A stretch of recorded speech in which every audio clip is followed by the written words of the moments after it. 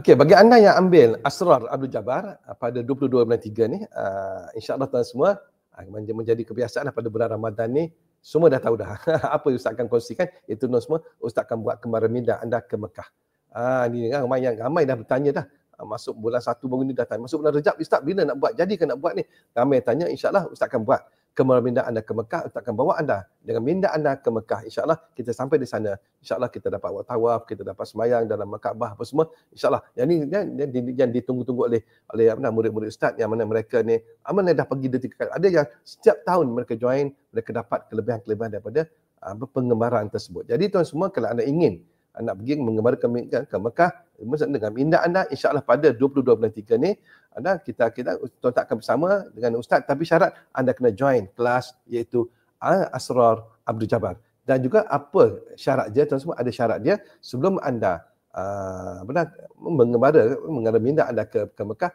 Jadi 2-3 hari sebelum tu.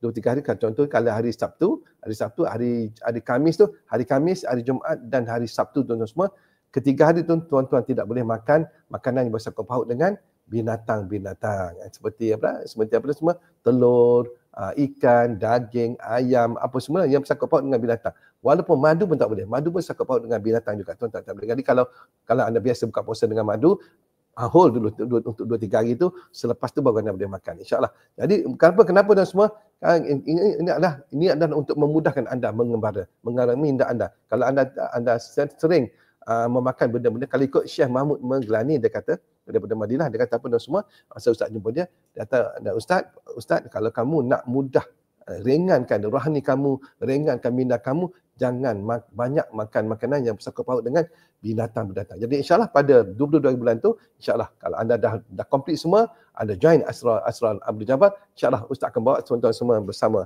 ke Mekah untuk mengembara dengan minda anda. Insya-Allah kita jumpa pada 22 bulan 3 dalam kembaran minda. Assalamualaikum warahmatullahi wabarakatuh.